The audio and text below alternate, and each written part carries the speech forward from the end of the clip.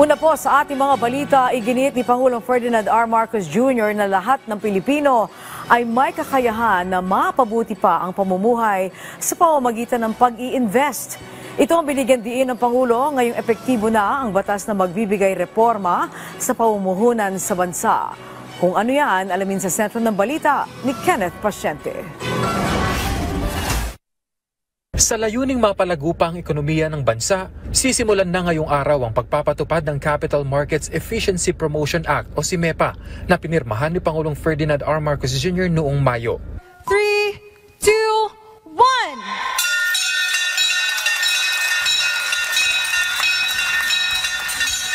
1! Kanina pinangunahan ng Pangulo ang special bell ringing sa Philippine Stock Exchange na hudyat ng pagpapatupad ng naturang batas. Sa ilalim nito, pasisimplehin ang mga proseso at patataasin ang kahusayan ng operasyon sa capital markets upang hikayatin ang mas maraming investors na mamuhunan sa Pilipinas. Before this law, investing in stocks meant paying a tax, as Mon was explaining, paying a tax of 0.6%, 6 times higher than our neighbors in Singapore, Malaysia, and certainly the highest in Asia. Under CMEPA, that rate has been reduced to 0.1%. For a first-time investor buying a 10,000 peso worth of stock, this means paying 10 pesos in tax instead of 60.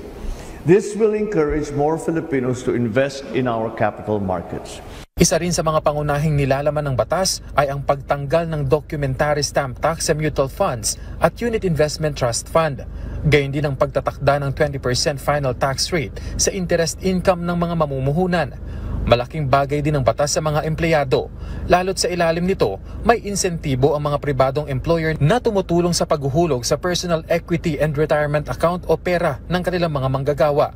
Kung pantay o mas mataas pa ang kontribusyon ng kumpanya kumpara sa hulog ng kanilang empleyado, may karagdagang 50% tax deduction o bawas sa buwis ang kumpanya base sa aktual na kontribusyon na ibinigay nila.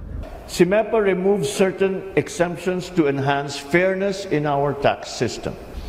Government-owned or controlled corporations are now generally subject to the same passive income taxes as other institutions. From now until the year 2030, CMEPA is projected to generate over 25 billion pesos in net revenue, a substantial sum that can help fund the building of roads, bridges, hospitals, schools, other social safety net programs as well. But beyond revenue, CMEPA reinforces confidence. It shows that our financial system is becoming more equitable and structured for long-term stability. Nilinaw naman ng Pangulo na ang reformang ito ay hindi lamang para sa mayayaman, mga profesional o mga stock trader, kundi para sa bawat Pilipinong nangangarap ng mas maayos na seguridad sa pananalapi. Anya, pinalalakas nito ang kakayahan ng maliliit na negosyante, mga young professional at mga OFW na simulan ng pag-i-invest gamit ang pinaghirapan nilang pera para sa kanilang kinabukasan. Para sa bawat Pilipino, ito po ang layunin ng pamahalaan. Alisin ang mga balakid at palawakin ang mga oportunidad para sa ating pag-uunlad. Indeed, this act allows Filipinos to be true participants in our nation's economic growth. This law enhances our competitiveness in the ASEAN region and strengthens the foundation of a capital market that can thrive on the global stage.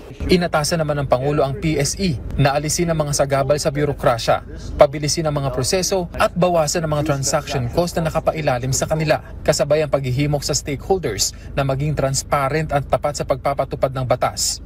Kenneth Pasyente, para sa Pambansang TV, sa Bagong Pilipinas.